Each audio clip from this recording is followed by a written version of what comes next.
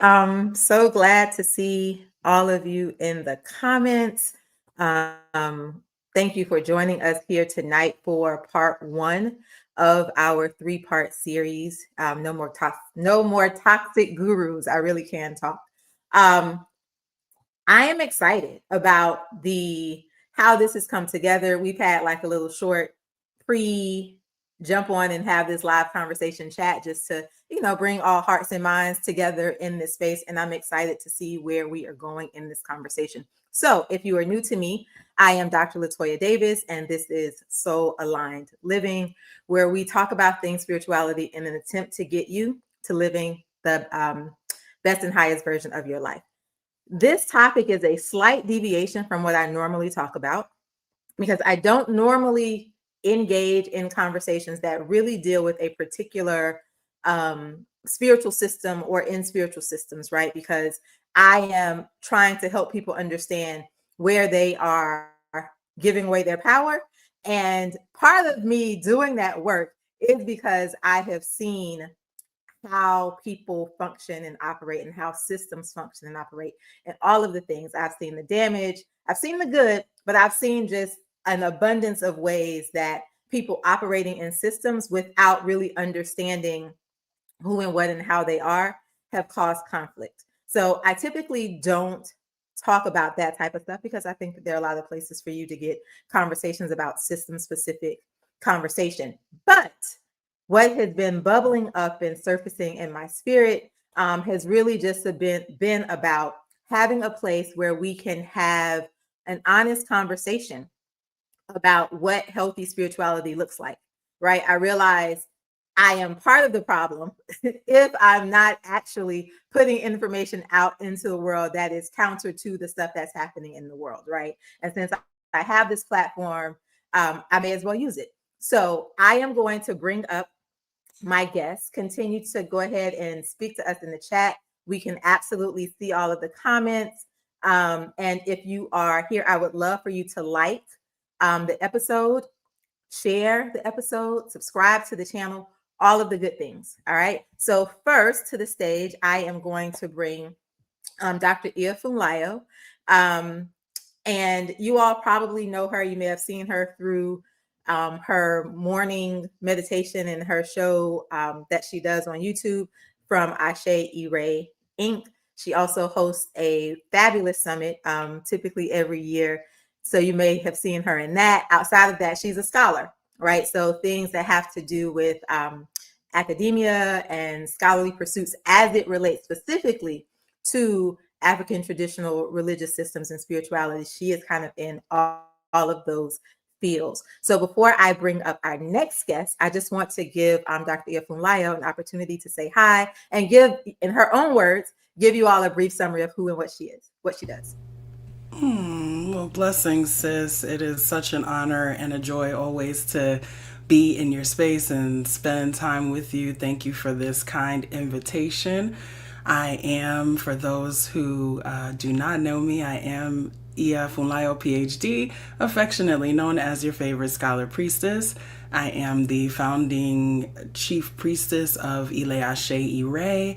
I'm also the founding director of the African and Diasporic Religious Studies Association. So that is my academic arm. And above all, I am a lover of my people. I'm a lover of the community. I'm a lover of African culture. I'm a lover of all things blackity black, black, black, and all people blackity black, black, black, Pan-African to the core. And it is always an important thing. I think that this conversation that we're about to have is really, really important, as some of my biggest really energy and my work really goes towards making sure folks are safe as they come into practicing spirituality. One of the things I say all the time is that this is not a club, it's not a clique, it's not, there's no velvet rope. This is God we're talking about, and God is for everybody, right? Spirit is for everybody, and everyone should feel safe, welcomed, and able to connect in with spirit. And so I'm looking forward to this conversation and seeing how we can make sure that the journey is as safe and as wonderful and as fulfilling as possible for as many people as possible. So thank you. I see some of my folks are here in the chat. Blessings to the Ashe Ray family that's here, Ogbo Ato, and looking forward to a wonderful discussion. Yes, thank you. This is really random. So Ifunlayo, like if you all notice, she has this Obatala energy. Y'all know that I am like this way, and she's just like this. And I love that. I love that for me and for us, right? It's So all about balance. yes, let's bring that into the space. All right. So next up, I am calling to the stage, and I did not ask you how you want me to refer to you. So tell me when I bring you up. But this is actually my sister, y'all, not from my mama, but she's my sister through marriage, and so I love her dearly. And we have been in spiritual community together for over 20 years. So having the opportunity again, when I was thinking about, my goal was to really get people who spanned a lot of different practices, who had a lot of different experiences. And so Nana came to my mind. I call her Nayo. She'll tell us what to call her in a second.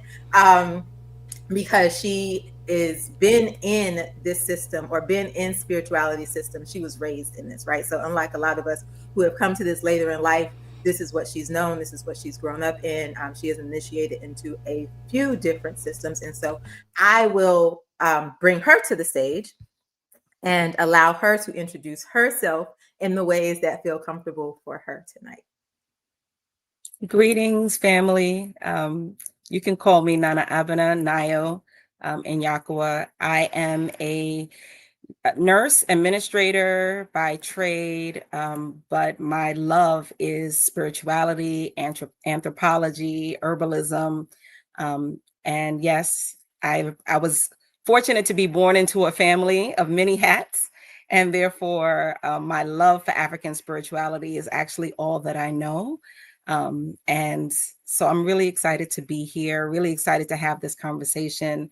I am initiated as an Akomfo, which is a traditional priest from Ghana, West Africa. I'm also a Yai in Kisi Malongo and the Palo Mayombe tradition, and a devotee in both the Lukumi and Isheshe traditions. And then married into a Comedian family. So very familiar with that tradition as well. So I'm really excited to be here to talk about creating safe spaces, about tradition, about community, and about how we can come together to learn from one another.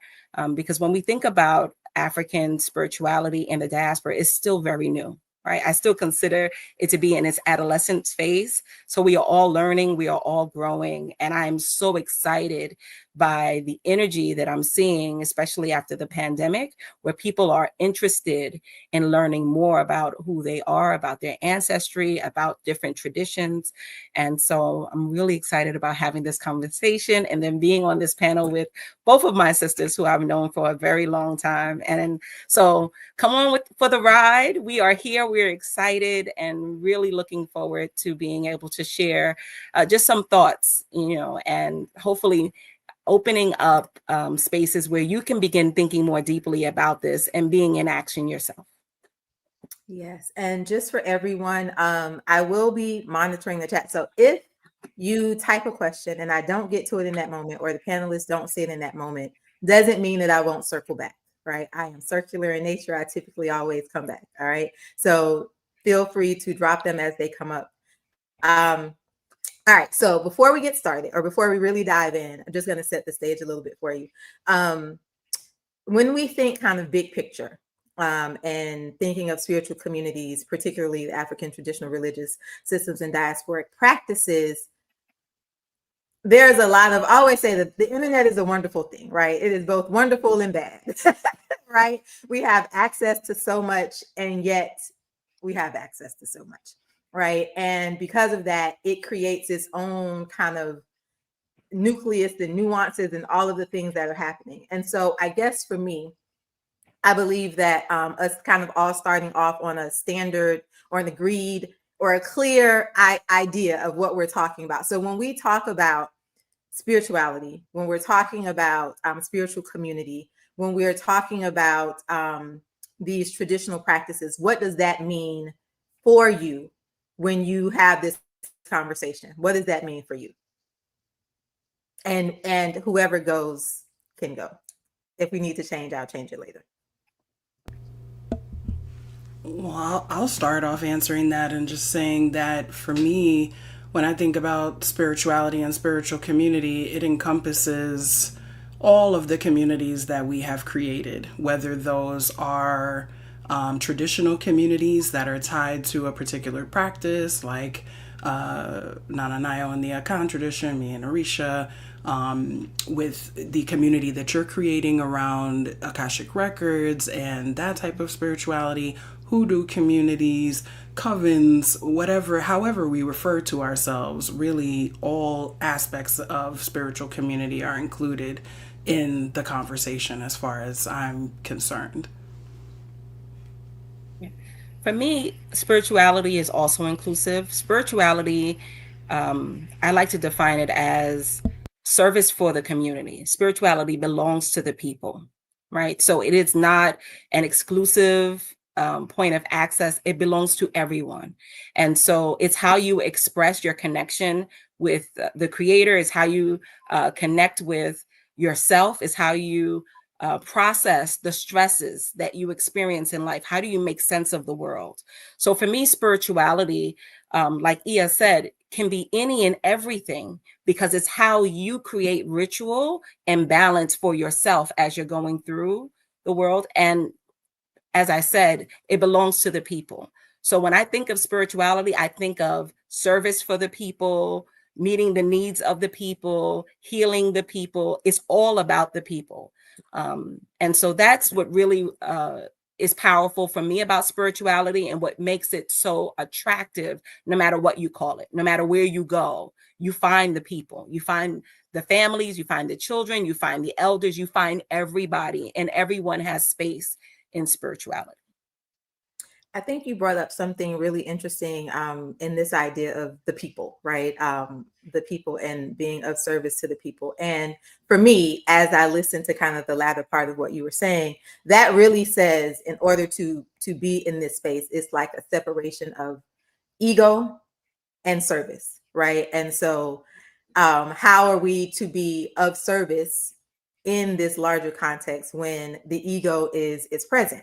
And so I think, this is my own personal experience, in my opinion, I think a lot of times how we end up in non-safe spiritual communities is because people are leading from ego. Um, and now that I say that, it could also be because the people who were showing up in the community to receive the service are also showing up in ego, right?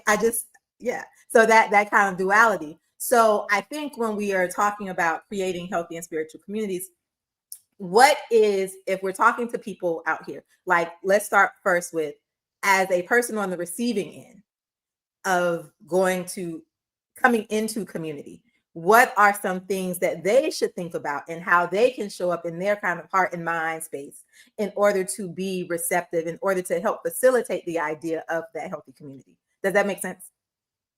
Yes.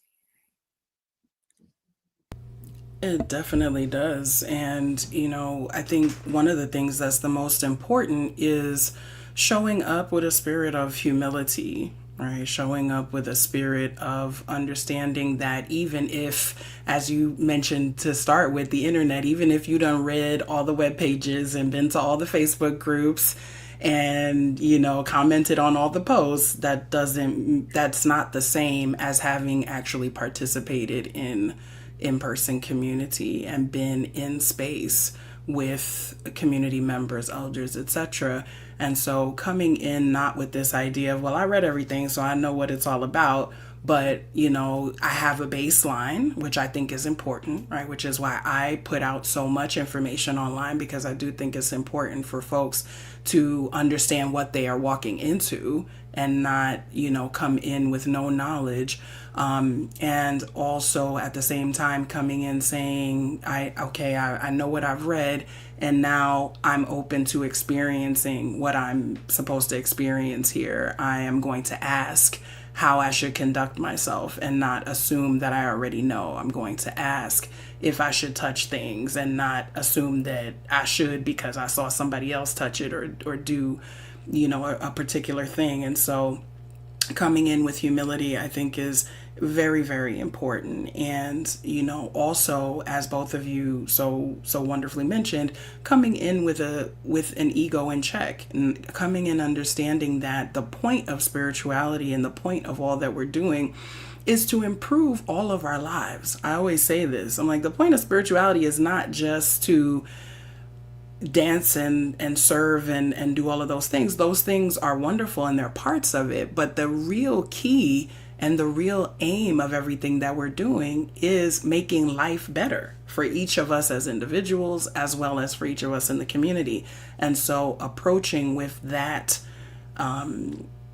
ethos and with that mindset, as opposed to just thinking, well, what can I take from this space, or what can they give me, or I'm ready. I'll have folks come in and before they even say hi to me, well, I'm trying to get initiated. And I'm like, well, hello, how are you and who are you, and initiated to what, where, why, and how, right? And so I think that is very important, just checking the self and coming in the spirit of giving and receiving, not only taking from a space, but thinking about as well what you may have to offer, because we all have something to offer as well. And spiritual spaces are spaces in which you have to be ready to be vulnerable. So I want to echo what Ia has said in terms of humility, right? When you're going into a space, whether you are familiar with the tradition or not, you're not familiar with that space and how things are conducted within that space. So you have to be ready to learn and to be taught and to be guided. And of course, this concept of reciprocity is one of the foundational concepts to African worldview. And so moving in the space, depending on what kind of space it is, you have to understand your role, the limitations, the language of the space, but you also have to understand the culture of the spiritual system and what it means to be in spiritual space within that culture, because every culture is different. There are rules, there are limitations, there are guidelines, but most of all, this is a space for connection. And so with connection, you have to be open, right? Open to guidance, open to change, open to put a hand in, open to be still.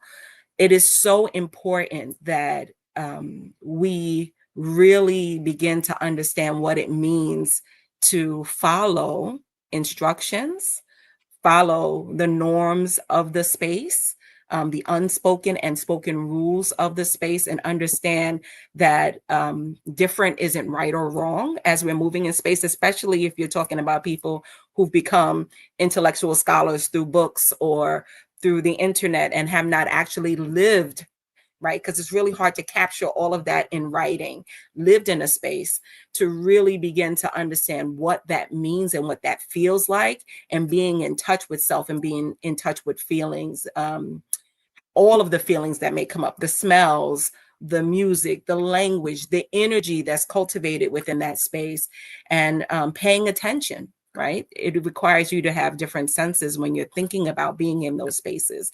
But all of that starts with being humble, understanding that you might have whatever title you may have outside in the world, but when you come into this space, you have to submit to the norms of that space. If not, you shouldn't be there. And so I think, so this brings up a point for me. And so in transparency, this series, like I said, had been on my spirit for a minute, but I couldn't figure out exactly like what direction or what shape it wanted to take and how it kind of wanted to come out into the world. And then a few weeks ago, I was having a conversation with someone and they said, but I thought that this was normal, right? And that for me triggered so much, because basically She was like, I came into this space, I came into this system, I didn't know. So I'm looking, I'm observing. And if you come into the space and the space is dysfunctional, and so that's what you're watching and you're new, and you're like, well, no, because that's what everybody's doing. So I'm going to sit here and take this. And now you're questioning, what's right and what's wrong. That was the thing where I was like, okay, this is where we need to say, yes, there is the norm of I don't understand, I need to take it in. But then also, right, there is an element of something doesn't feel right, something isn't right. I need to have a comparative. Who do I talk to? And so that leads me to kind of, right? Where do we separate, or how do we make the distinction of I'm in space observing, trying to follow the norms, but I am in space and something doesn't feel right? How do we balance those two things? That's a really, really important question, because even as I was speaking and saying humility, I was also thinking that humility also has to be balanced with some sense, right? And some understanding that being humble doesn't mean submitting yourself to anything that's happening, right? It means that you're recognizing that you're in an unfamiliar space and you're observing. But if your sense tells you that something doesn't feel right or it's not feeling right to you, you have to have a strong enough sense of self to be able to say, okay, I see that this is how y'all are getting down in this space, and that doesn't feel right to me. So this may not be the space for me, and be able to excuse yourself. Now, whether what's happening in the space is wrong per se or inappropriate, that's another story. But even it doesn't have to be wrong or inappropriate for it to not feel right to you. And so this is one of the reasons why, for all of those who know me, I have become the Ori evangelist, right? And the person who talks about Ori and our own inner self, our own inner knowing, because if we try to step into any journey, whether we're talking about spirituality, whether we're talking about school, career, and we don't have a certain sense of self to understand these are the things that feel good and right to me, these are the ways in which I'm comfortable being treated, these are the ways that I'm comfortable doing things or not, then we set ourselves up to potentially be mistreated in all of these situations, right? Because we have not set boundaries and baselines for ourselves to say, this is what I'm good with and what feels good to me and what doesn't, and I'm okay with stepping away from a space that doesn't feel good to me. I think a part of what ends up happening, particularly with African spirituality, because as Nana Nayo said, we are still in an adolescent phase, and for many people it still feels scarce to them. The landscape still feels scarce, so that if they find a space, they feel sometimes like, oh, I found this space and I'm in it. Regardless of what's going on, this is the only space available to me and I'm going to be a part of it, as opposed to coming to it with an abundance mindset and saying, listen, the space that's for me will connect with me. And it may not be the space that's right next door. The space that's next door may not feel right to me. I might have to travel, or I might have to go somewhere else because those people feel more in alignment with me. And so it's very, very important to balance that, the sense of humility and the sense of learning, with also your own Ori, your own sense of self, your own sense of what's right and wrong and what's comfortable for you, and have a sense of balance between those things. And I want to jump in to talk about accountability, right? Our sacred spaces aren't spaces that you just walk into on your own accord. Usually there is someone who's letting you know about these spaces. And that person, for me, is accountable, because you trust them to make sure that you're properly introduced to the space, right?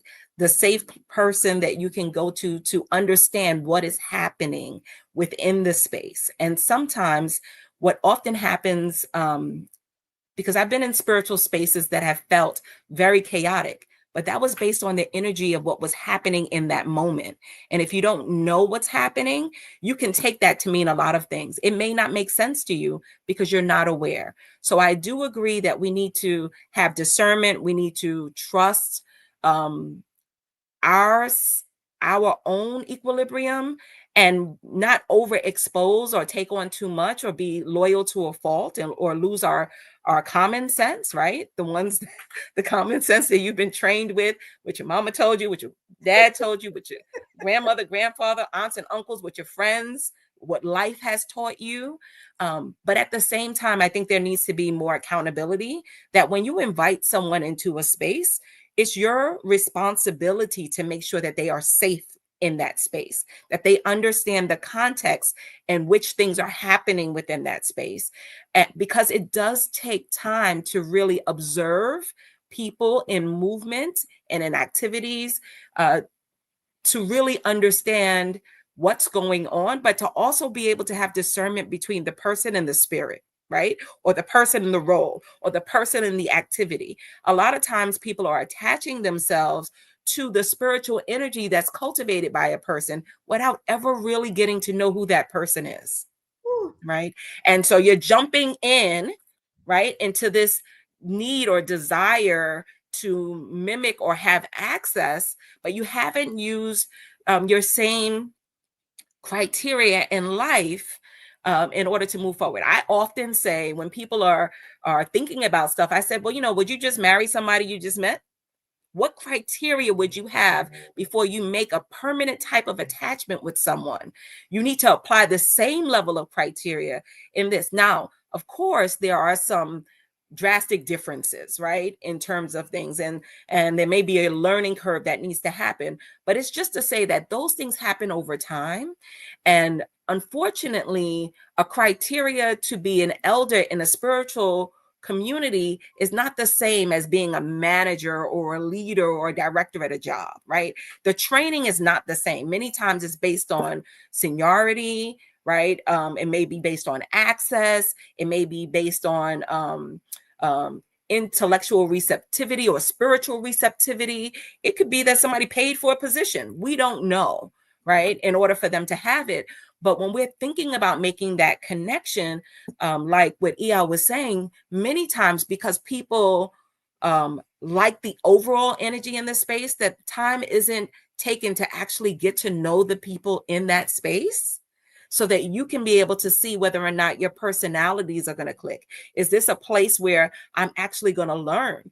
Am I going to be empowered to be supported in this space? Do you see the people growing in this space, right? There's so many different things that we have to pay attention to, but it first starts with a level of accountability. When we invite someone into a space, we are accountable and responsible for them and everything that happens with them, right? And it's important that we share, the good, bad, and ugly, the things that they don't even see that might be happening right in front of their face, so that they have a better understanding as they're digesting everything that's happening in spiritual spaces, because it's going to trigger so many different senses all at once. And that overwhelming feeling for someone who's been longing to feel in so many different areas can be like a drug, where people just really want to be around that energy, that they begin to disregard many of the other things that are going on, many of the other red flags that are going on within that space. Y'all have both said a lot. If I may, I love that the analogy that you gave to a relationship, because I feel like many people have the same type of missteps, right, in romantic relationships as they have in spirituality, as you pointed out, Nana, because they're looking to feel something. And so this is why things like love bombing work, right? When people come and say, oh, you're so special, you're so beautiful, come, we want you. And you have been longing to feel that, right? Just the fact that somebody wants you, never mind whether you want them, right? Never mind whether they're treating you the way that you have decided that you want to be treated. Never mind what else is going on. They've just said they want you. And so because you have been so thirsty and open to feel wanted and to feel connected, you're overlooking the red flags that often happen. And this happens the most in these two spaces, in the space of romantic relationships and the space of spirituality, because those are the spaces where we are looking to feel something. And so we often ignore what doesn't feel right, or we make excuses for it. And it's really important to not do that. And also, as you said, Nana, the accountability thing is huge, and making sure that we are not coming into this as lone soldiers, right? Because all of these systems, all of these forms of spirituality are communal practices. Where we keep mentioning this word community, these are communal practices. Hoodoo is a communal practice. As much as people sometimes now try to couch it as this lone practice that people can do on their own, it is not. Even when we look at things like astrology, Akashic records, Reiki, all of these things, they have lineages. They have teachers where people can say, this is where I learned what I got from. This is who I'm connected to. And so that's another important part of vetting. Who are these people connected to? Do they take you to their teachers? Who are the people that they have learned from? What is the lineage that they're representing, or where did this information that they're giving come from? And things that you can cross-reference and verify, just like you should with a relationship. Who is this person, right? I know we swiping and doing all that stuff now, meeting people who don't have connections to other people in our lives, and as can be expected, that often leads to more trouble than if it was someone who was introduced to you by somebody who you could then go back and say, hey, you introduced me to so and so and they crazy. What's the deal? Why are you chilling with them? What's good? You know what I'm saying? And we often don't have anyone we can go to for that accountability, because we are moving in a certain type of silence that is not productive. And the other thing I wanted to add about accountability that many people don't necessarily see here in the diaspora, because people are moving away from family-based religious systems, they're often moving by themselves, right? And so what's missing is the accountability of the teacher to the student, right? And so oftentimes in African-based traditions, based in Africa, that's where I trained. I trained in Ghana, West Africa. The family brings the initiate to the priest. That priest is accountable to the family, right? And so there's a level of visibility, there's a level of acceptance. And when the priest has finished working with the student and training the student, and they graduate and now they're ready to move forward, the priest has to bring the student back, the graduate now back to the family, and the family gets to judge whether the priest did a good job, right? So there's another level of accountability that's often missing in our spiritual systems, because people are moving by themselves. Their family is not coming. I don't care if your family is Muslim, Christian, Buddhist. When you're coming to do something, they love you, right? And we talk about connecting with our ancestors, but oftentimes we isolate ourselves from the people who love us, who pray for us, right? They don't have to understand everything, but they need to stand there with you so that person knows that you're not there by yourself, that other people are looking, other people are watching, other people will be questioning, other people will hold them accountable for what they said they were going to do when they brought you to them for help. So there's another level of accountability that is very important. And that structure in and of itself works to be able to create these safe relationships, because now the priest's reputation is being looked at, right? Looked at from a different lens. And so they have to be able to demonstrate to someone who doesn't understand why this is beneficial for their loved one's life. I think all of that, all of it. Well, the way you say, there's a saying that says the way you do one thing is the way you do everything, right? And I think that goes back to that. We'll just call it bypass, that bypassing that happens in spirituality, and it's not specific to that. I think if people took a step back and said, okay, this is how I showed up in this space, wait, I can take the same thing and apply it over here, which is where we come into, for me, that understanding of who and how you are, right? Because you don't get to divorce who and how you are and how you function in the system. That thing is going to always show up. And if you don't understand what that looks like and how that feels, you can end up in these types of situations. And then on the accountability thing, this is my funny story. So I arrived in Nigeria to meet Ifunlayo on straight, like I didn't know where I was going. This is when I was being initiated. I didn't know where I was going. I want to say we may have just emailed, each other because she was already in Nigeria. I think I had maybe only met you really one time before that was when you did my daughter's naming ceremony. So but the accountability was the person that I trusted said, no, this is where you're going. You're in good hands. And then when I got there, when I say she had me, because I didn't speak Yoruba, like all of it was new. I had never been to the place, but she had me. I didn't have to worry about it. I didn't have to think about it. And I think that idea of the accountability, right? Like she was responsible to my godfather, because if something had happened to me, she had to answer to him, right? She was responsible to me when I was there. The people that they sent me to were responsible to all of those people, and the communication loop was going to happen. And you're right, Nana. I think that is something that we often do not think about. But that brings me to this idea that now we have what I'm going to call internet spirituality, right? So we are in a day and age where those connections and those real-time things, I'm not going to say that they're not happening, because that goes back to what you were saying earlier. Yeah, it's kind of like the scarcity mindset versus the abundance of, if I take my time, I can find the thing. But often we want it now. And somebody put enough lovely posts up on social media, right? This AI age, they documented enough things that weren't real. And somebody was like, this is the person I'm going with. And now we're dealing in this age of internet spirituality. So in that, absent of being able to find that person that you can be accountable to, what are some suggestions or some things that you think people can think through in that type of situation?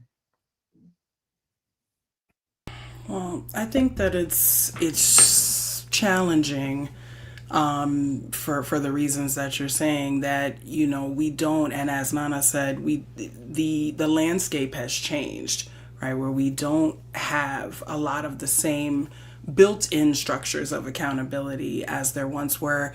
But I believe they're still there, in the same way that you just said, and bless you and give thanks for your trust and what's important about that story is you hadn't just met me. Even though we hadn't interacted so much in person, a whole lot of people who know me. So even though Baba was the one that sent you, there's a whole lot of people who, if anything had happened to you, would have been up at my door like, hey, what's good, right? And so I think that one of the things that's important for us to do as a people is reconnect ourselves with the importance of building community and building relationships with one another, and not just coming into it for the spirituality, and not just coming into it, again, as I said earlier, for what we think we can get from it, but thinking in terms of building relationships. And if we, and this is even with the spirits themselves, right? I say all the time that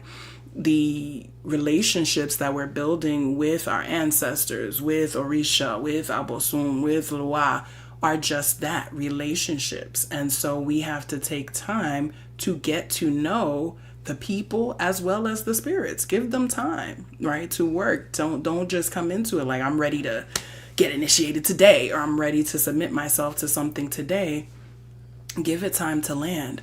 Meet, take your time and meet folks.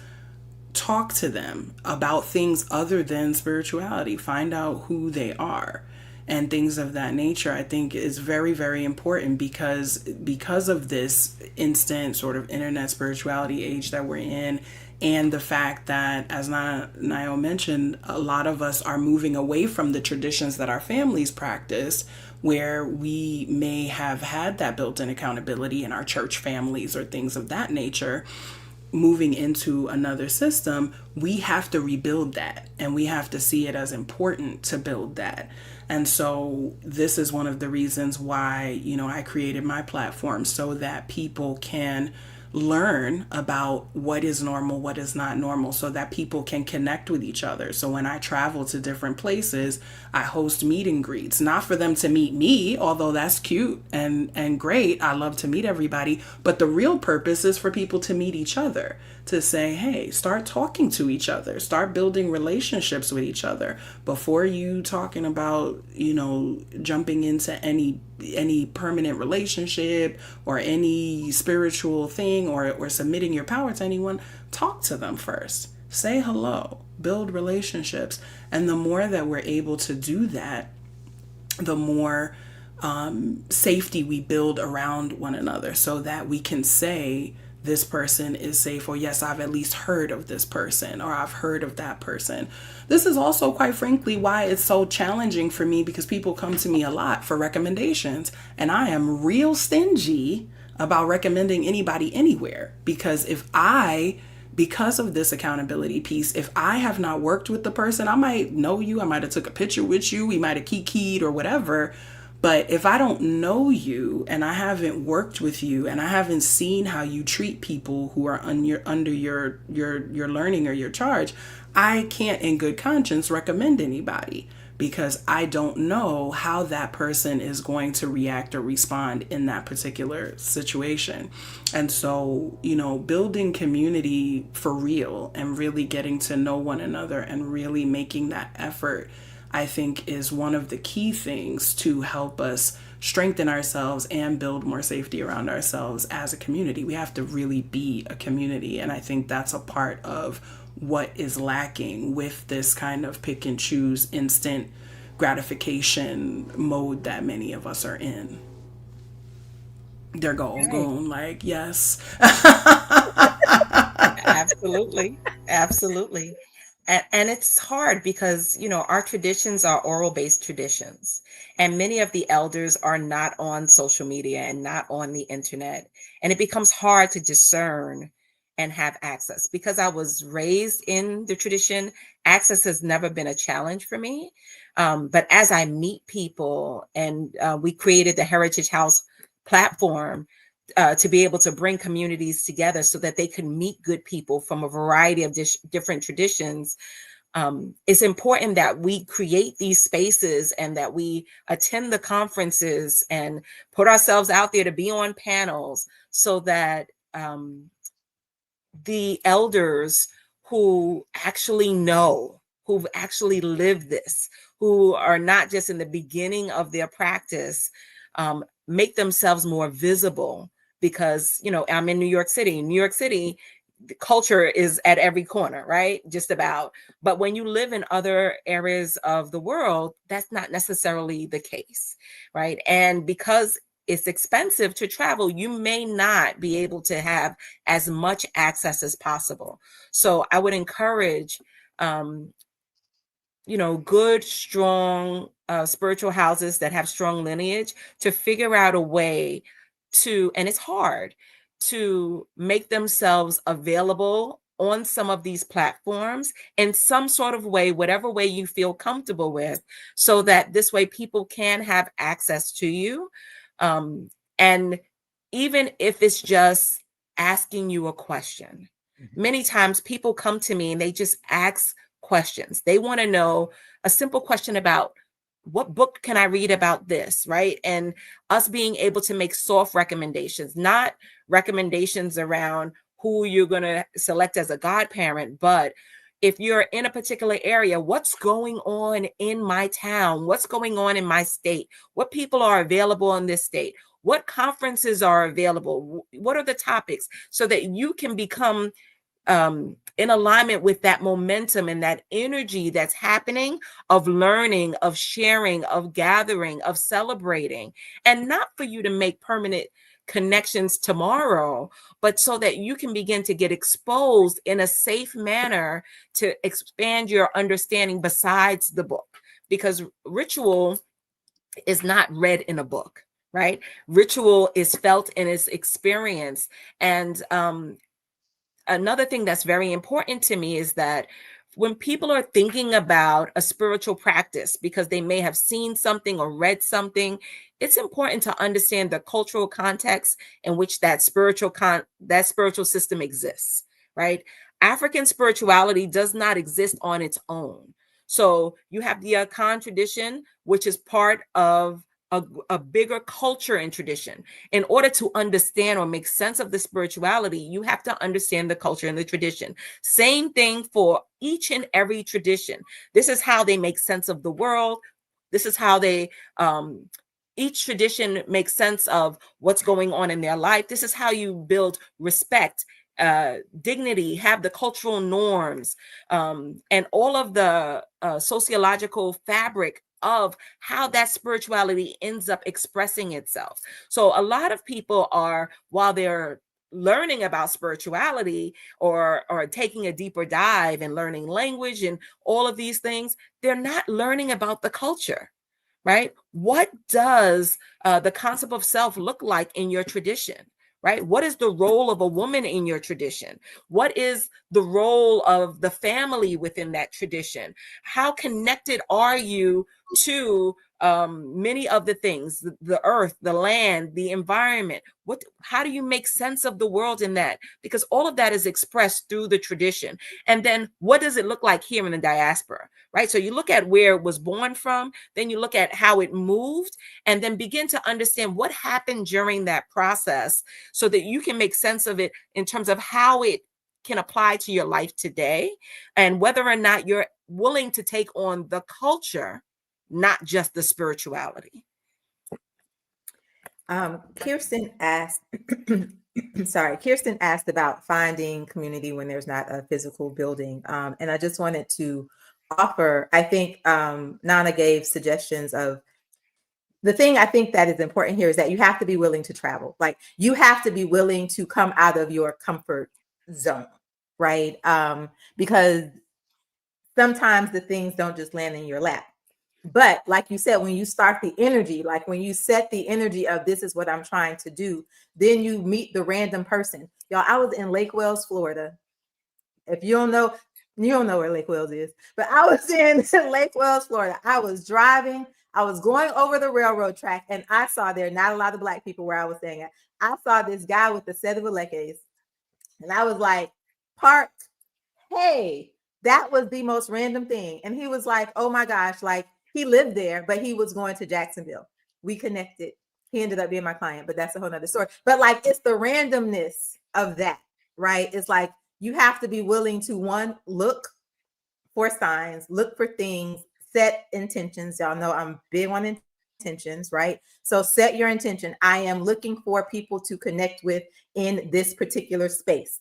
Both Ia Funlayo and Nana Abena both have communities that support kind of larger spiritual systems. So for example, Ia Funlayo's, when she does her things on YouTube, be in the chat. Hey, you can tell them if you don't want them to do this. Hey, I'm in New Jersey. Anybody here in New Jersey? Right? So it's like you can't wait sometimes for things to happen when you know that you want something to happen, right? You have to take action, you have to take steps. I currently live in Tallahassee, Florida. I drive as far up and as far down as necessary, right, to be involved in spiritual community in the way that I like it. My Apollo home was in New York. How many times? I was in New York every year, 2-3 times a year, right? Because it didn't live here. And so you have to make choices and you have to make sacrifices. Does anyone have any other suggestions that hasn't come up yet? Yeah, absolutely. In addition to what both of you have said, which is very important, I think that one thing that I often recommend is African dance classes, if those are in your area, because even if, and I'm not a great dancer. I got rhythm now. I'm Black. I got rhythm. I could do my thing. But, I'm not the greatest dancer, but whenever I've entered into new spaces, that has always been a place to find like-minded people, right? Because we're not just looking, of course, to just meet people, but, as you're talking about community, like-minded people, that is a good place often to meet people.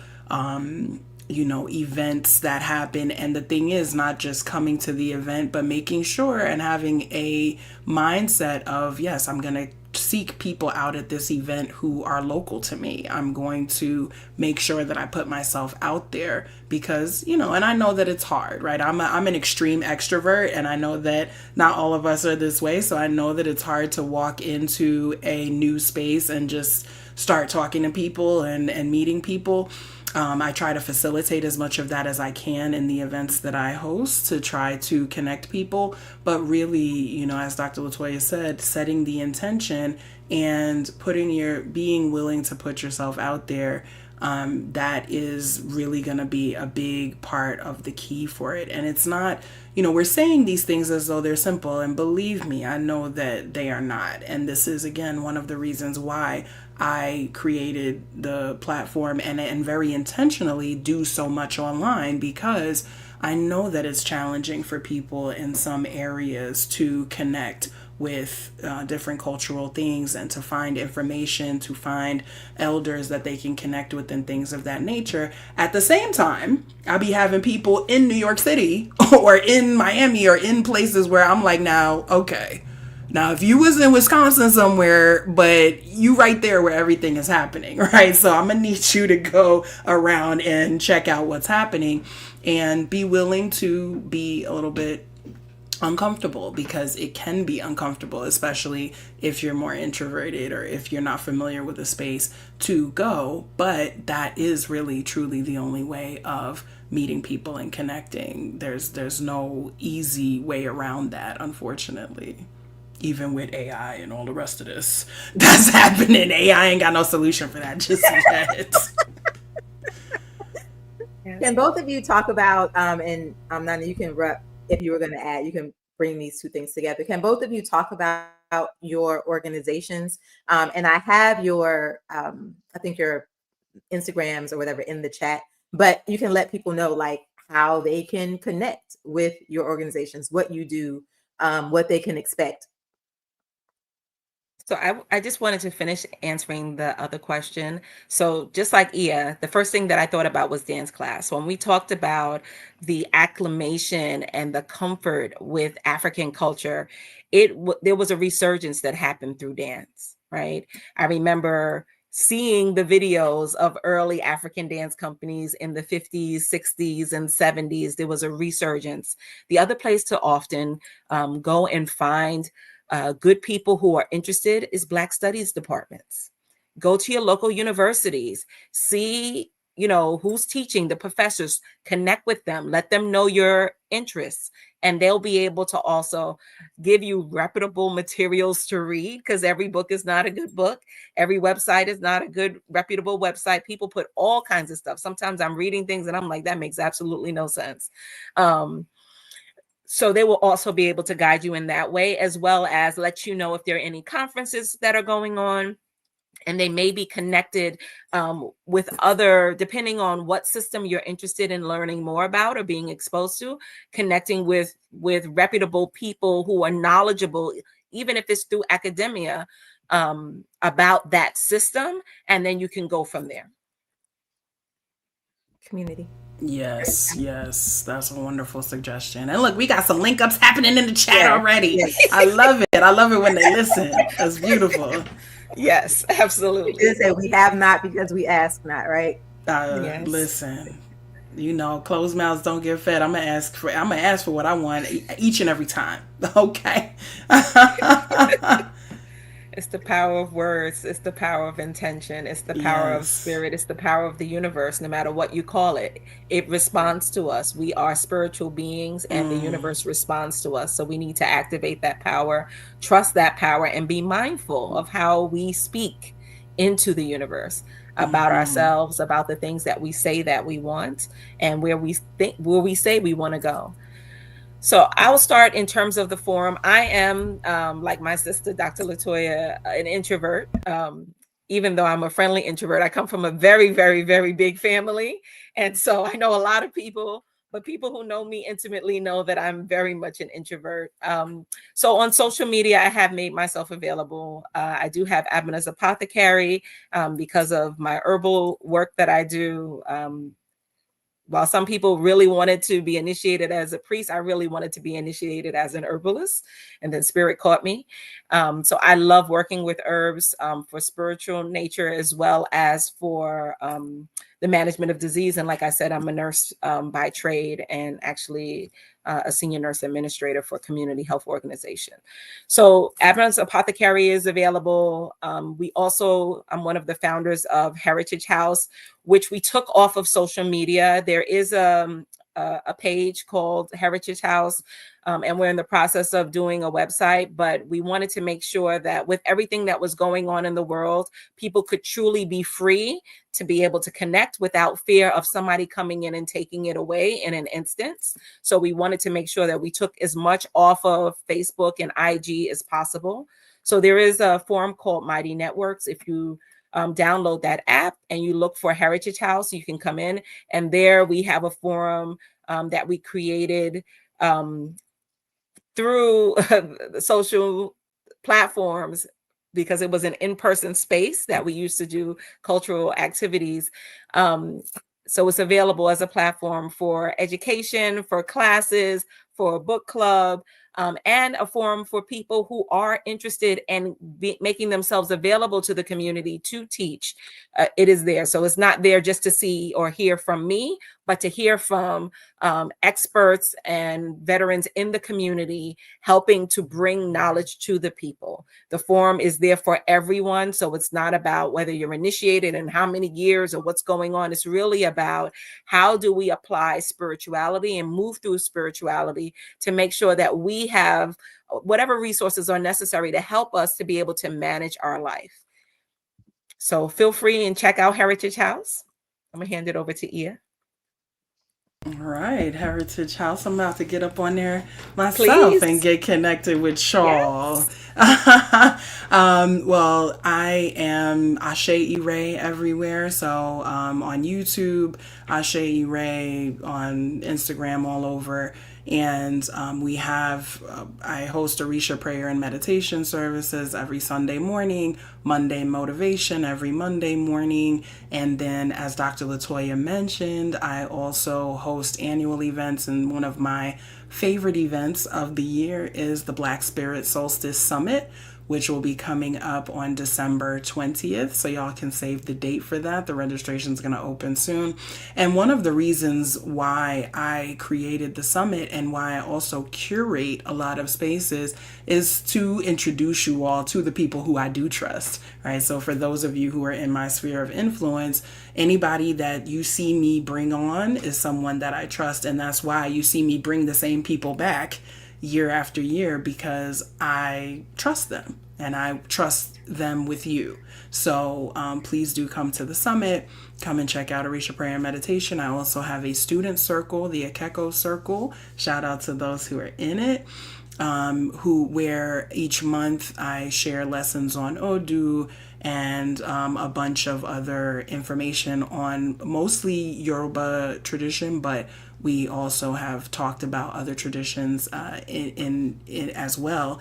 And I too, through the community, shout out to all the students who have taken classes with us, we bring in professors and practitioners of other traditions to teach on them. So we had Queen Mother Dorothy Desir teach a course on Vodou. We had my dear sister Mambo Kira Daniels come in and teach on African art and its connection to spirituality and things of that nature. So lots of different things that we have happening, and you are invited to participate in all of it. And I will say as well, y'all know I be outside and I love to travel and I love to curate community. So if you want me to come where you are and host something that can help bring together the folks who are where you are, holla, right? I'm always happy to travel. I'm always happy to help facilitate and help create spaces where folks can meet each other locally, because that is very, very important.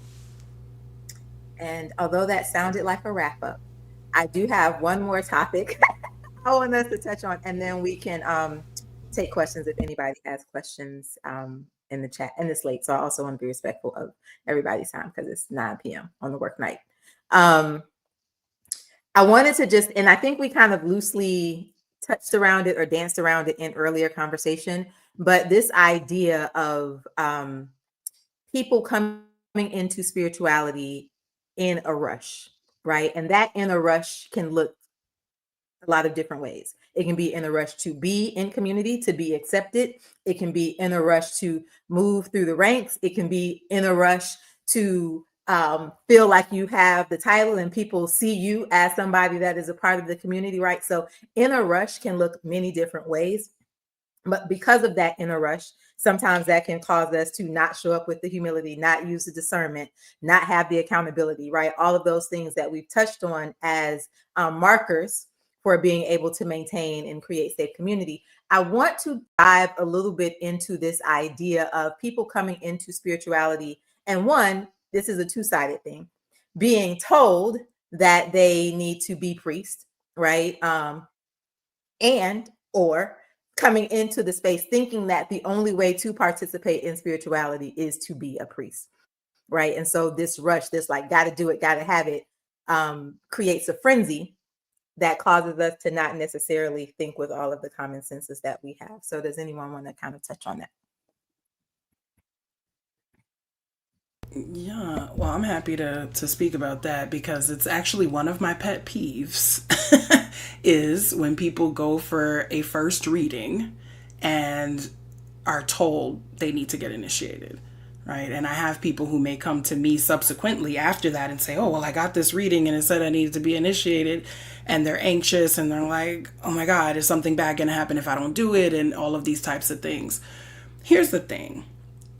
One of the things with being a diviner, right, and I'll speak from the diviner hat here, is that even when we see certain things, we have to have a certain level of discernment to know when a person is or is not ready to receive that information.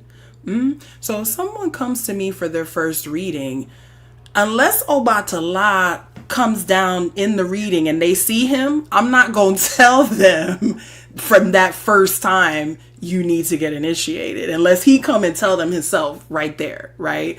Even if I see that, I'll have it in mind, and I may say, something to the effect of, this could be a good path for you if it's a path you choose to go down, or something of that nature that gives them the understanding that the door is open, but that they have to be the ones to walk down.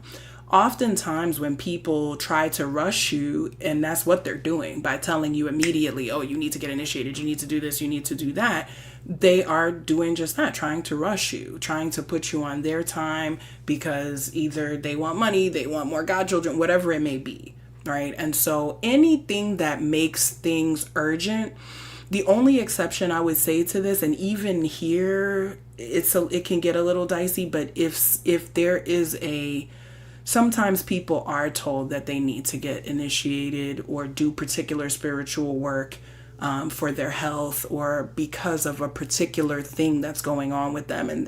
But that's a very specific circumstance. And I would also take the time to explain that. But it's really important I would advise everyone to take it with a grain of salt and as a little bit of a flag if the very first time you're interacting with someone, they're telling you, you need to do this, you need to do that, you need to get initiated, and making it a hurried thing. It would be, again, going back to the romance analogy, like going on a first date and having the person say, okay, you want to get married, I want to get married, so we should get married right now. Right? And you would side-eye that. But many times we don't side-eye it in the context of spirituality. And so that's very important. And then on the flip side, it's important for us to understand that initiation is not the end all and the be all of how we interact with spirit. And I have a video that I would encourage everyone to watch called The Truth About Initiation. And I dive deeper into this, talking about what the different roles are that we have in the community, that not everyone is a priest, not everyone is a diviner.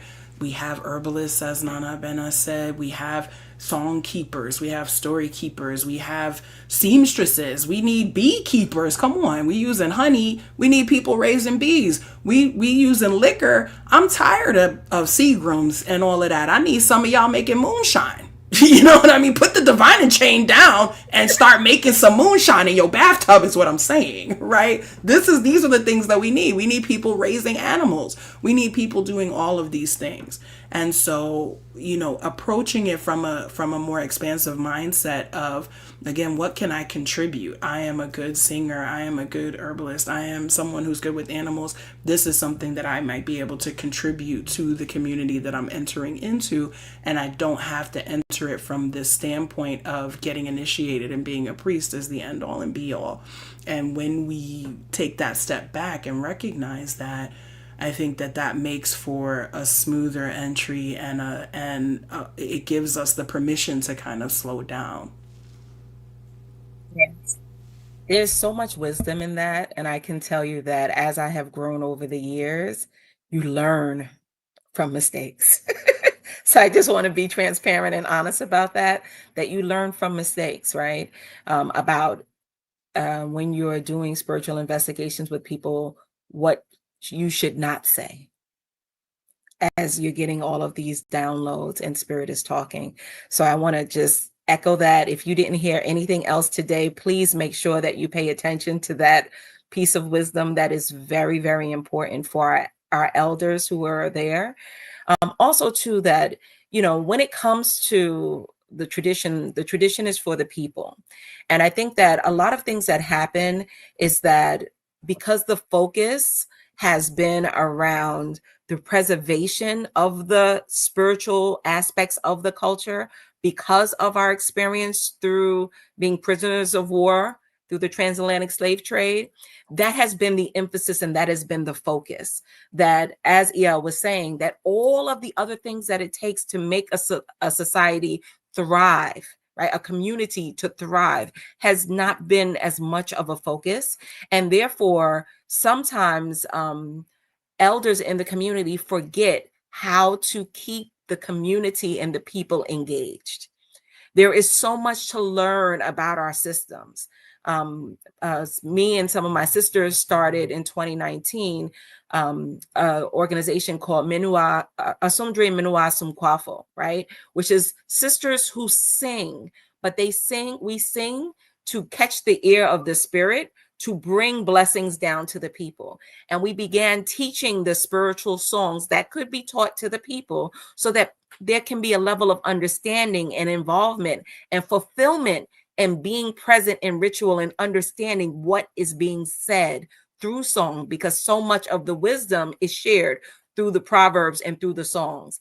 And it is so fulfilling for people when they actually have something to do and they can feel like they are contributing to the community. And so when we're thinking about that in our spiritual systems, it's important to look at your community and say, how can I empower the people? Right? What are some of the things through rites of passage, that traditionally, if we were back on the continent or the origin space of these traditions, that just being raised in the tradition, you would know being part of the community. How do we start training grounds to be able to instill that knowledge so that people can be empowered with this is what it means to be a woman of age in the community. I know how to do X, Y, Z. And all of that learning keeps people engaged, because the hardest thing that I have found is that when people are excited about something, being told to be still. Right. It was one of the things that my yai and my tata, we got initiated. I'm like, great, let's go. I'm ready to do this. And they're like, sit down. And I was like, what? And we see it, right? When you are initiated in Lukumi and in Isheshe, that Yawo time, you are sitting and being still and allowing the energy to come and settle on you. And a lot of people don't understand that coming from outside cultures and tradition in terms of what that means to be able to be fully immersed and being able to work on those other aspects of your spiritual abilities, your sight, your ears, your controlling of your body, the ability to be patient, the ability to to not just hear things, but to listen and to feel and allow your spirit to wake up in different ways. And we have to figure out ways to get people engaged and allow them to be fulfilled and to learn all of the different roles before you're being asked to actually teach somebody something or do something for someone else. Do you know how to pick the herbs, make a bath, pray for someone, how to navigate, how to wear the clothes and the dress, what it takes to actually make the beads, to make the food, to be the presentation, to go and get the animals, to clean the animals, like all of these things that have to happen that should be the baseline of knowledge before you're actually committing in that way.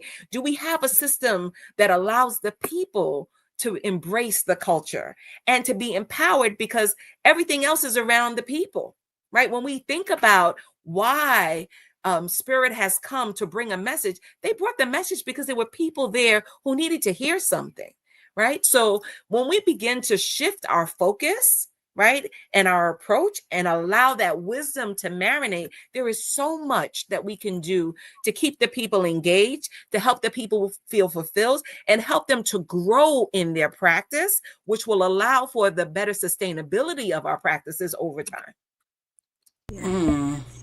If I may, I have to add to that and just say, that is so important, because we got a lot of folks that, kind of just want to be spiritual rock stars, right? And they want an audience and not a congregation.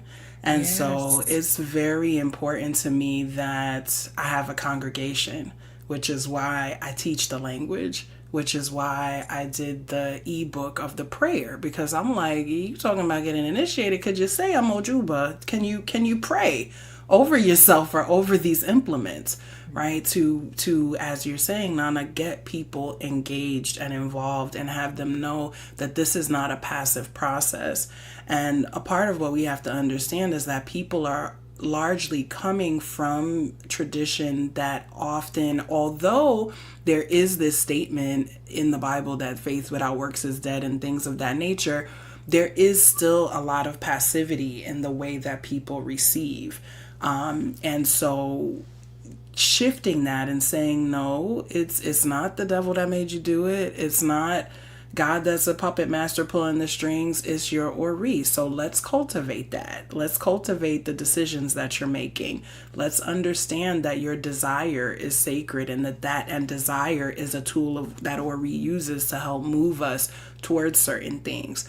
And that no one is coming to save you, and that no one is, and that if you waiting for me to rule over you or, any of that, my godchildren will tell you, like, I'm very like, listen, it's up to you to come to me and say what you're ready for and what you're ready to do. I'm going to present the things, but then it's up to you to take those actions. It's up to you to take those steps towards the things that you desire.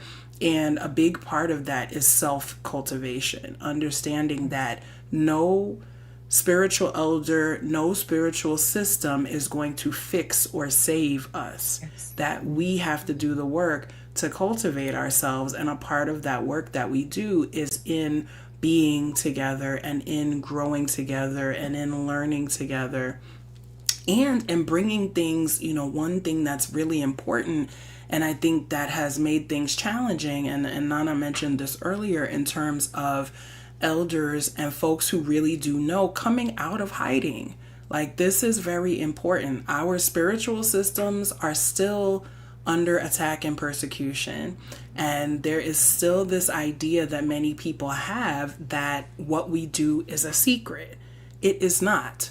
God is not a secret. Spirituality is not a secret. There are certain things, yes, that cannot be shared with those who are not initiated into a particular system. But I will tell you that 90% of things can be shared. It's probably 10% of the information that's truly privileged knowledge that only those who have a certain level of initiation or knowledge can know. The rest of it is for us to know as a community, for us to help build ourselves and make our lives better and things of that nature. And so it's really important as well for us to continue, those of us who are in these systems to continue moving them out of this place of secrecy, to moving them out of this place of secrecy and bringing to light what the norms are so that people do understand what is normal, what's expected, and things of that nature when they enter into the spaces, because we don't know what we don't know. So we have to have people who are saying, here's what's normal, here's what you should expect, here's what you should not expect, no matter what space you're entering into, and, empowering people in that way. Thank you. And Can I I just want add to something? go ahead. I'm sorry, Dr. Latoya, I want to add something. It's also important to understand that this role of initiation requires preparation. So during this time, it allows the godparent to get to know who this person is, not the representative that showed up who looks so beautiful in white after you bathe them and all that kind of stuff and looks like everything is fine and they're ready to now take on this additional responsibility, but really to understand, what does this person look like? What are their triggers? How do they respond to stress, right? Are they integral? Are they supportive? Are they selfish? Like understanding that and beginning to mold and shape their character and mind to be able to receive fully the responsibility that is going to be bestowed upon them. And are they even vulnerable enough to hear what is going to be shared through that divine right, no matter what it is? Because a lot of people are told things, but it doesn't resonate. Right.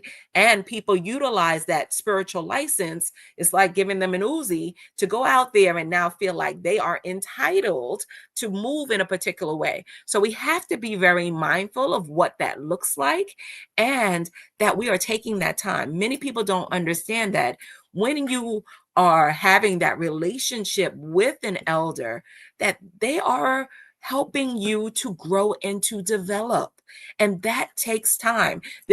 African spirituality is not a magic shop that you come in, you get dipped in the river, and now all of a sudden everything is going to be great, right? You still come out there with you.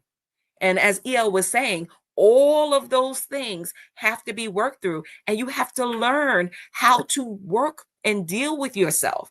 Look at yourself in the mirror and being able to check yourself.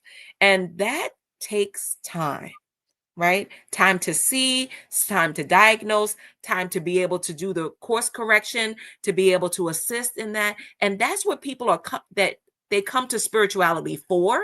But there seems to be some sort of misnomer that no, that's not what I'm here for. I'm here for something else. And that happens when people don't understand the culture. And when you understand the culture and you understand the purpose of spirituality and where people go to, you understand the level of vulnerability and workability that you have to submit to in order to come through that process. It's not an easy process. I'm often shocked and amazed at how many people want to be initiated. Like I grew up in a tradition where it was like, what, you're gonna do that? Oh my God, I'm so sorry. I'm so sorry. Like now you're in this thing of service, and it's like, oh, I'm so sorry. Now you don't have the same freedoms that everyone else Mhm. has, because it means a life of restriction. And that life of restriction is quite fulfilling. I don't want to make anyone feel like in African tradition, you have a husband, you have a wife, you have children, you have this beautiful family, you have all of these things. But the many different roles that you have to serve and the many different ways in which you have to serve is not yet quite understood here in America, as people are looking for this, seeking this, desiring this. And I honestly feel like it's only because they don't see anything else. They feel like that's the only way that they can be amongst. That's the only way that they can be seen. That's the only way that they can contribute and be fulfilled in a way that brings them closer to all of the parts that we have lost through the atrocities over the last hundreds of years. And so, we have to be mindful of that, because, as we're talking about these toxic relationships and all of these things, it is because we are refining ourselves and reclaiming ourselves through this process. And we have to give ourselves grace. It takes time. It doesn't just happen overnight. Yes, thank you. So I tried to build this series out like logically, right? So in my mind, and this is going to sound crazy, the reality is that we are I'm going to call us elder light, right? So, right, there's the generation that are the elders that are now getting ready to relax and, be elders, right? And then this new or the next wave, which would be us, although I don't necessarily, I'm not a You I not a am not what? a, I am not a, Don't do that. Don't do that. I Don't am do. not I a, already knew what you was about to say. Don't do that. You are whatever you was about to say. You not. You are. So Yes, it's you are. us. Don't try to recuse yourself out of us. It's us. Like you said. so Uh-huh.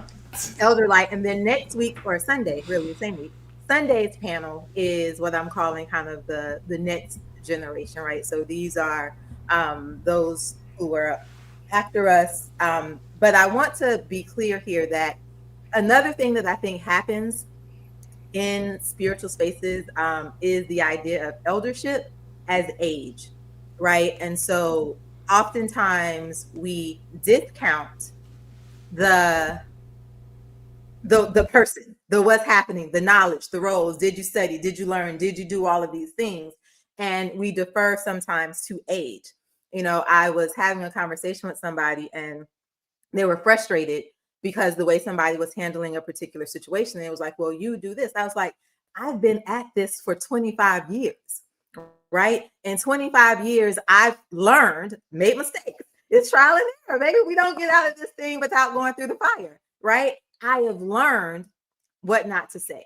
I've learned what is dangerous. I've learned what to look for when somebody shows up hungry without the fortitude to stick. I've learned when it's not a good idea to give information, right?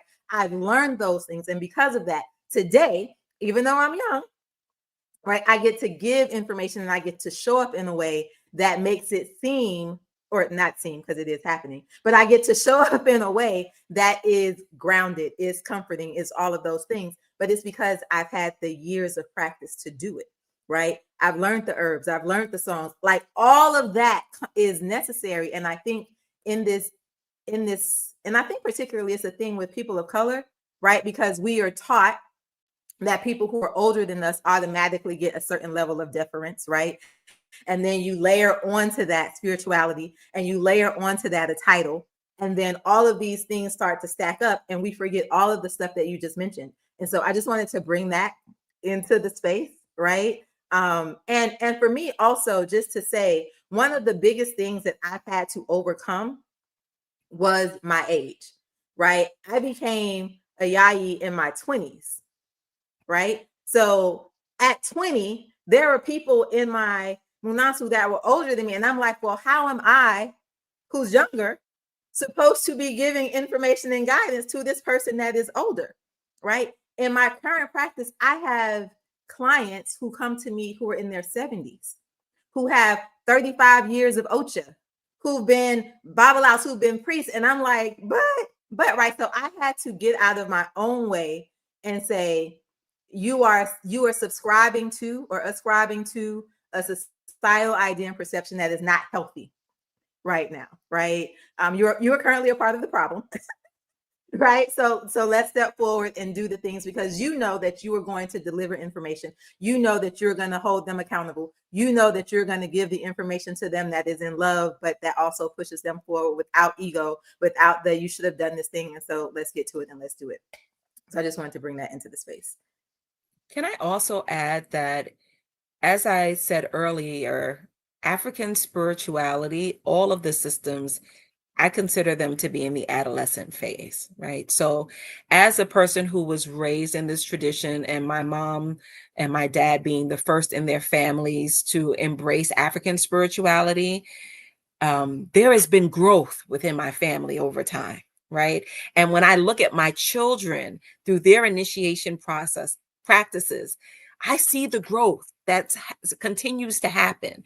We have yet to meet, right? As we're now, if I think about the sphere of influence, right? We're now 2, 3, maybe 4 generations in terms of being able to freely practice and learn, that we have not seen eldership raised to the level that exists in the continent, where you had elders who had been learning since they were young from elders for hundreds and hundreds of generations. And in Africa currently, because of this huge evangelical movement, there is a loss of eldership that's even happening on the continent, right? So they're going through a reversal type situation. I am honored by the wisdom that is shared to me from my children, because they can see things that I don't see, right? In terms of technology, access, people, what's happening, the beats on the street, but then also too, their ability to learn and absorb the information is phenomenal. And my mother often says that about me, but I see them taking these things on because they've processed it, digested it in a way that, even me learning in terms of language, they just did it, right? There's no thought, they're just doing it and they're living it. And so for me, I see us still having at least 2 or 3 consistent generations before we can have a true eldership. And even then, according to African spirituality, you can give birth to your grandmother, the spirit of your grandmother. So that eldership can still come up in wisdom, and there's a level of respect that happens, and there's a whole system of how we manage that. But then we will begin to see things differently. And I do think that the elders in our community know that, right? They know that it took a lot for them to just embrace the tradition. And they are amazed by how we're making leaps and bounds as we incorporate other things like language and the understanding of a language. How many times have we had to relearn something because now we have a better filter in which to process what we already knew, right? And it's that digestion and that acclimation of the information that gives us brings us closer to the ancient understanding of the wisdom of in its true essence. And we still have such a long way to go. So thank you for bringing that. But I wanted to add that point because we are moving in the right direction. And I want to give us that honor and praise. And again, I am amazed at the younger generations that are coming behind us. Yes. They are doing a phenomenal job. And we have to create spaces that includes them, that empowers them. We need to impart information and not keep secrets so that they can begin to digest this and allow the tradition to grow and sustain itself over time. Yes. So make sure you all join us on Sunday as we bring in some of that next generation and talk about how they're kind of keeping tradition but moving things forward, right? Things that, one of the guests, it's going to be a great show. So join us on Sunday at 7. Dr. Ia, did you want to say anything on that? Well, I'll just add, first of all, I think this has just been a great conversation, and I see folks in the chat saying that, and thank you all for being with us and giving energy. I also am very honored and humbled to be an elder light, as you put it. And I think that it's important for us to remember that one of the reasons why we typically deferred to eldership in terms of age is because, as Nana said, there was a point in time that we knew that those age elders had been studying and had been steeped in the culture and had been a part of what it is that we're a part of. We're now in a place where that's not necessarily the case, right? Where we are moving away from the traditions of some of our biological elders. And my thing, especially as the child of pastors, is we don't have to throw the baby out with the bathwater. In terms of innovation, we can look to Christianity for that because we've had, the Christian rock and the things like that. We need more, so I love seeing folks doing Orisha hip hop and doing, bringing computers into all of this because we can't escape these things. So how do we use this technology to our benefit? How do we make sure that those who are innovating in the technological space are also those who have the spiritual knowledge? Because if we leave the space open, somebody going to come in there and start making programs talking about Ifa and this and that. Let's make sure that it's us that's doing it. Those of us who actually have the knowledge, those of us who have not just the knowledge, but also the positive intention for our community, right? And who care about one another and who are not just going to be doing it to make money or to for whatever other purposes. And so I think it's really, really important. I'm really happy that you're having this series. I'm so looking forward to hearing the next two series and the next two talks in the series, because these are the things that we need to be discussing. This goes beyond, as Nana keeps bringing it back to, we are creating a new culture here. Right? We are taking some of the ancient cultures that we have been steeped in, but we have to understand that we are creating something new. This isn't just about taking wholesale what's been passed down to us and regurgitating it. This is about figuring out how now to make it best apply to our circumstances. This is how we saw Ogun go, for example, and I love him, and I love this beautiful energy of him that's in the back with this flag, that he went from war implements to farming implements to computers, cars, and planes, right? So that aspect of innovation has always been there within our systems.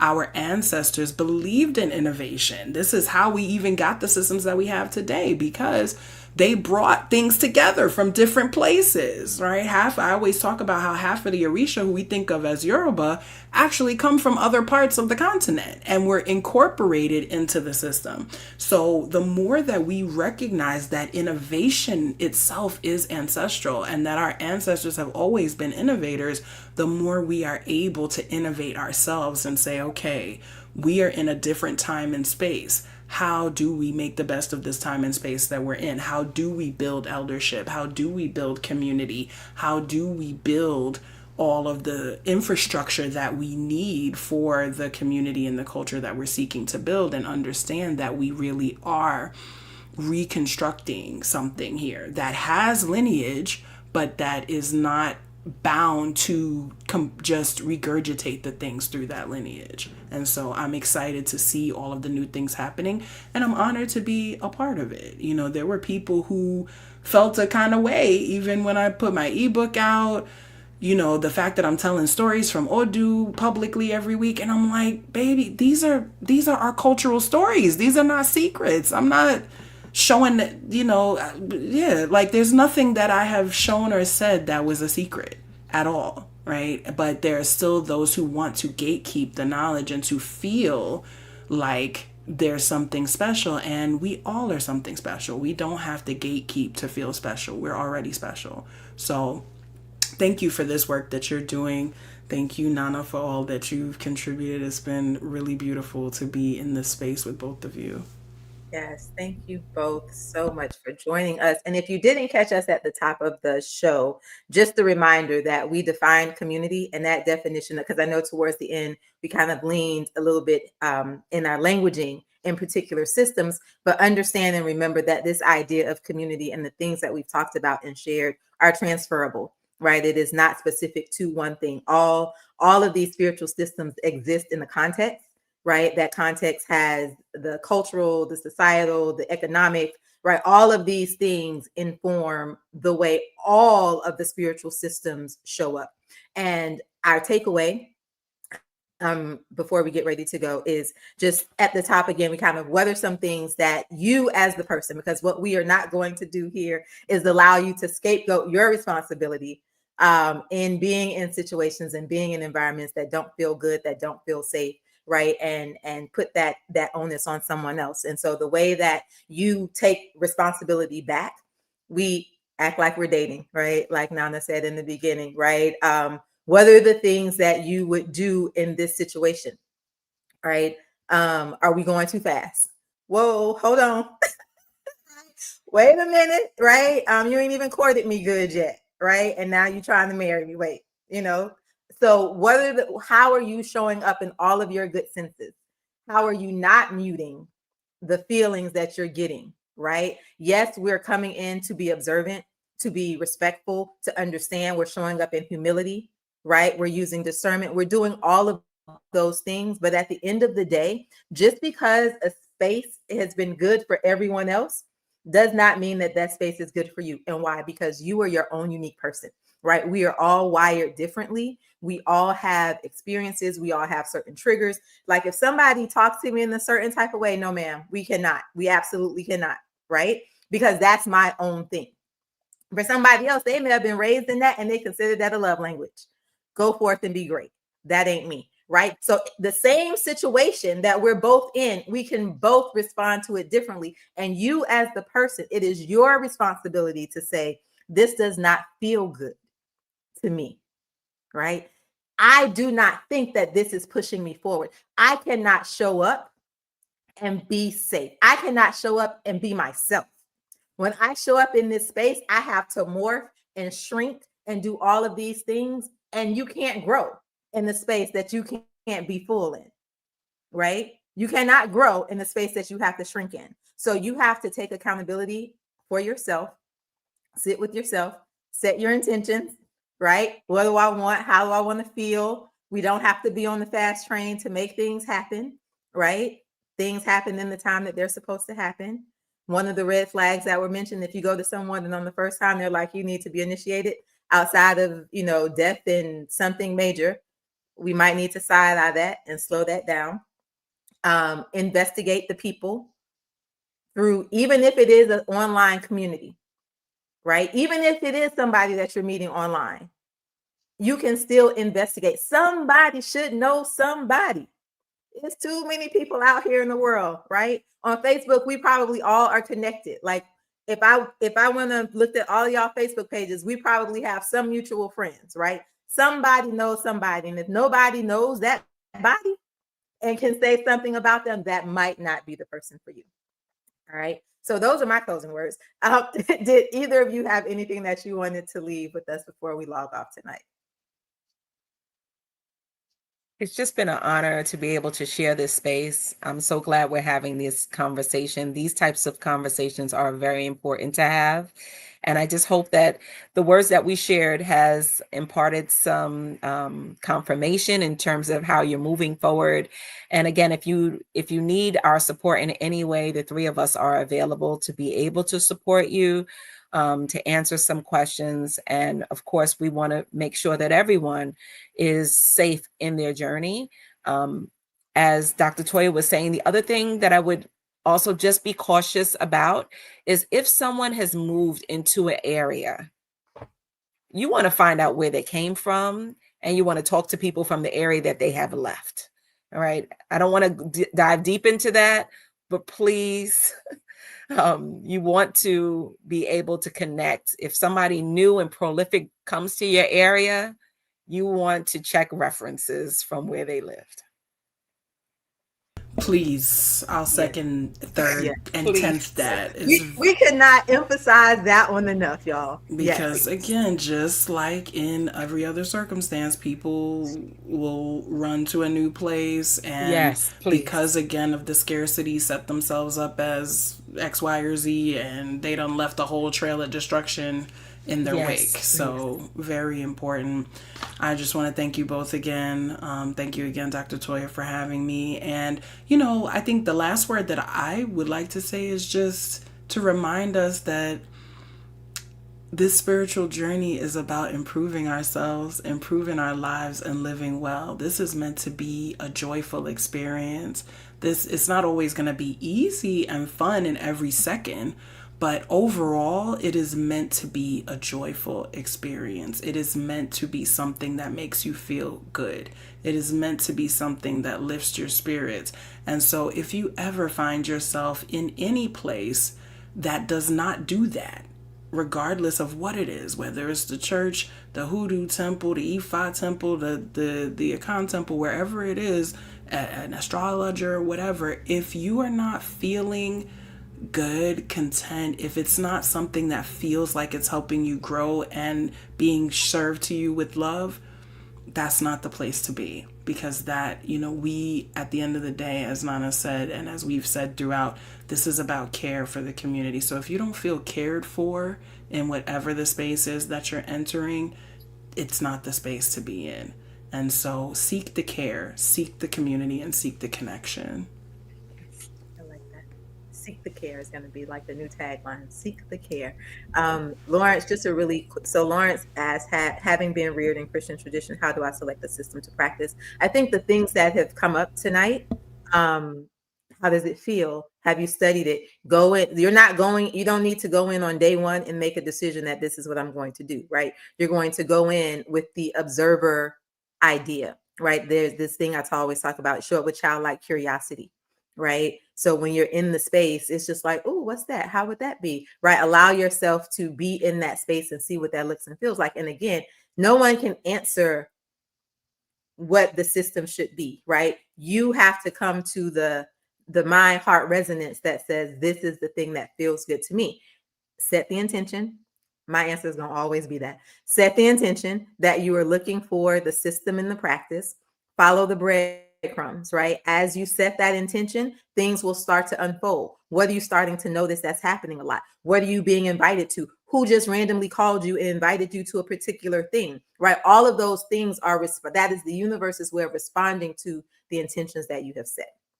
All right, y'all, it has been real. Love you. So remember, you deserve to live a life that lights you up from the inside out. Until next time, which is Sunday at 7. Peace. Peace, everyone. Good evening. Peace, fam.